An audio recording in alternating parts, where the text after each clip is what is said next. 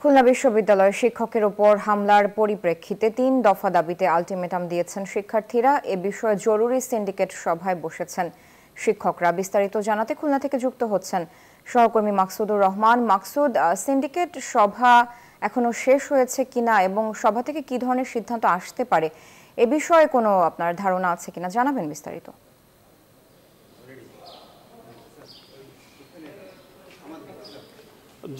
জি ধন্যবাদ সারা। আমরা এই মুহূর্তে অবস্থান করছি খুলনা বিশ্ববিদ্যালয়ের প্রশাসনিক ভবনে। এখানে ঠিক এই আগ মুহূর্তেই কিন্তু যে সিন্ডিকেট সভা ছিল, জরুরি সিন্ডিকেট সভা, সেটা শেষ হয়েছে। আপনি ঠিকই বলেছেন যে গত রাতে কিন্তু একটা অনাকাঙ্ক্ষিত ঘটনা ঘটে, একজন শিক্ষকের লাঞ্ছিতর ঘটনা ঘটে। সেই প্রেক্ষিতেই কিন্তু এই অবস্থায় বিরাজ করছে।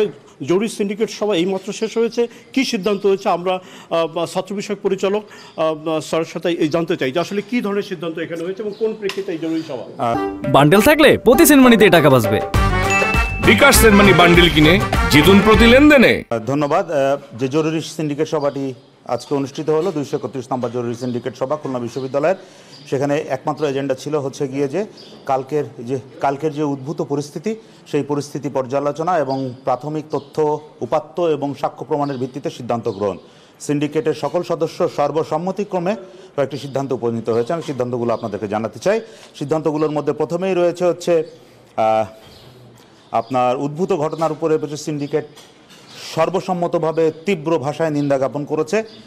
সম্পৃক্ত ছাত্রত্ব সাময়িকভাবে স্থগিত করা হয়েছে তাকে, এবং তার যে আপনার স্নাতকের যে সনদ সাময়িকভাবে স্থগিত করা হয়েছে। একটি উচ্চ ক্ষমতা সম্পন্ন তদন্ত কমিটি গঠন করা হয়েছে, তার প্রেক্ষিতে পরবর্তী স্থায়ী ব্যবস্থা গ্রহণ করা হবে। একই সাথে যেহেতু তার ছাত্রত্ব বাতিল করা হয়েছে, তাকে বিশ্ববিদ্যালয়ের প্রবেশ তিনি করতে পারবেন না, বিশ্ববিদ্যালয় থেকে তাকে বহিষ্কার করা হয়েছে এবং তার বিরুদ্ধে ফৌজদারি মামলা রুজু করার সিদ্ধান্ত নিয়েছে এবং বিশ্ববিদ্যালয়ের রেজিস্ট্রার অতি শীঘ্রই এক্ষুনি এই মামলা রুজু করবেন। আপনি শুনছিলেন যে এটা হচ্ছে তুচ্ছ ঘটনা।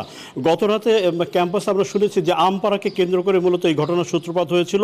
একজন সাবেক শিক্ষার্থী সহকারী পরিচালককে লাঞ্ছিত করে, তারপর থেকেই কিন্তু সাধারণ শিক্ষার্থী আন্দোলন নামে এবং রাতে তারা ভিসির বাসভবনে বিক্ষোভ করে। সেই প্রেক্ষিতে ছাত্ররা 3 দফা দাবিতে একটা দাবি জানায় এবং সেই প্রেক্ষিতে আসলে এই সিন্ডিকেট সভা আহ্বান করা হয়েছিল। আমরা ফিরে যাচ্ছি স্টুডিওতে।